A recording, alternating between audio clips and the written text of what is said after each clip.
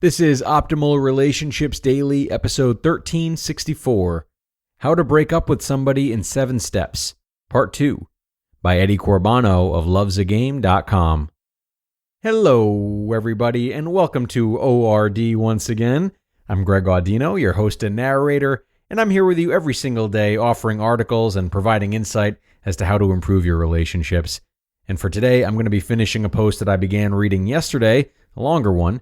So check out yesterday's episode if you haven't already, but if you have, then we're going to jump into part 2 now and continue optimizing your life. How to Break Up with Somebody in 7 Steps, Part 2, by Corbano of lovesagame.com. Number 4, know what to say and how to say it. Be prepared.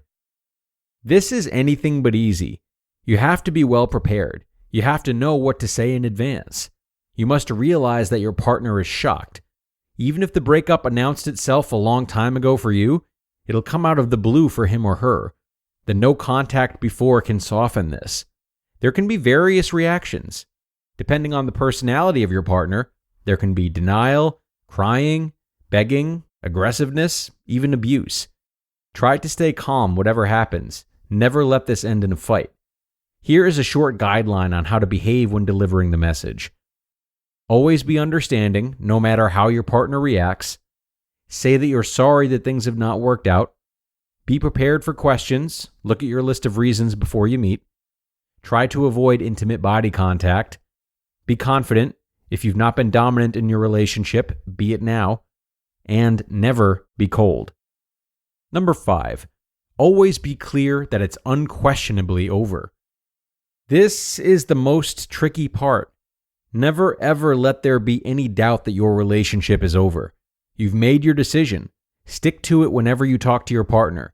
Never give any hope. The clearer you are, the better and easier it is for the person in the long run. Always keep in mind, there is no painless way. This may sound cold-hearted, but it isn't. The earlier he or she accepts that it's over, the earlier he or she can start the healing and separation process. Never say, maybe sometime we could get together again. A part of me still loves you. I never loved anybody as I loved you.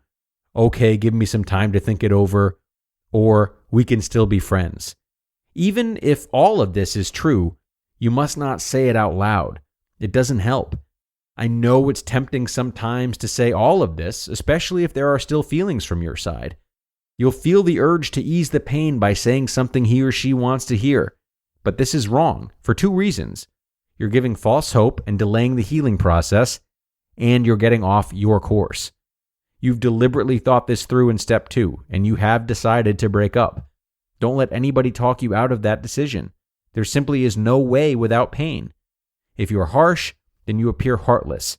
If you're not firm, then they will think that there is still hope. This is a very narrow path. Find a healthy way through the middle and stay the person you are. Number 6, give an opportunity for closure. When you break up with someone, that person often remains in a state of shock for several days. Often he or she cannot remember what was said during the breakup, let alone understand the causes or your reasons that led to it. In this case, he or she will seek closure. Here's a definition of the term closure. In psychology, closure may refer to the state of experiencing an emotional conclusion to a difficult life event, such as the breakdown of a close interpersonal relationship or the death of a loved one.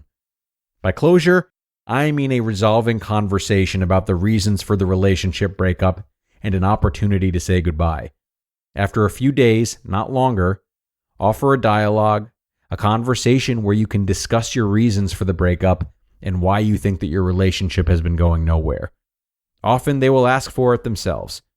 You'll encounter a lot of resistance and arguments here, but that's why I asked you to make that list in step 2. Remember, the goal is not to make the other person understand. He or she will not, no matter what you say. Understanding will not come until later in their recovery. Your goal is to give the feeling of an ending and a goodbye. Try to emphasize the sense of farewell by wishing them all of your best for his or her life and deliberately leading to a parting. This will not be easy for you because the person is still close to your heart. Remember, stay strong. This is important. Number 7, Help them with no contact. The no contact rule is one of the most important premises for healing from a breakup. But sometimes the urge to call or meet is so strong that many can't resist. Help them with this. Do not go to places where you might meet. If they call or email you, keep the response short and non-personal. Never call, email, or text message first, not even to ask how they're feeling. Most of the time, the one who breaks up has to learn as well that it's over. By following the no contact rule, you help yourself and your ex-partner. Conclusion. Now you have a list of 7 steps showing you how to break up with someone. They will make the difficult task easier for both parties. I know that the whole process is excruciating, but please keep in mind that a broken relationship is a deadlock. Not only is it stopping you from living a fulfilling love life, but it can also harm your self-esteem and confidence, not to mention your happiness. Once you've made the decision, act upon it. After you've accomplished this arduous task, you are one step closer to fulfillment. I promise. You just listened to part 2 of the post titled, How to Break Up with Somebody in 7 Steps by Eddie Corbano of lovesagame.com. And thanks a lot to Eddie for both today's segment and yesterday's.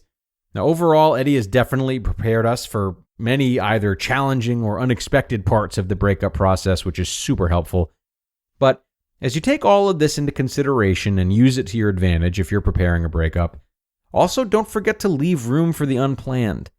Each couple is different, each breakup is different, and taking a formulaic approach may not help you 100% of the way through, even though it may help you quite a bit.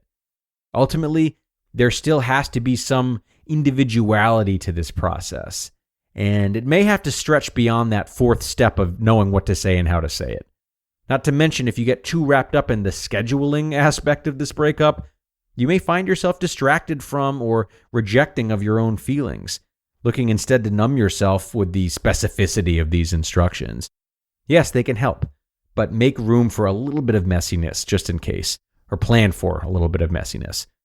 Okay, and on that note, everyone, we're going to wrap up another episode of ORD.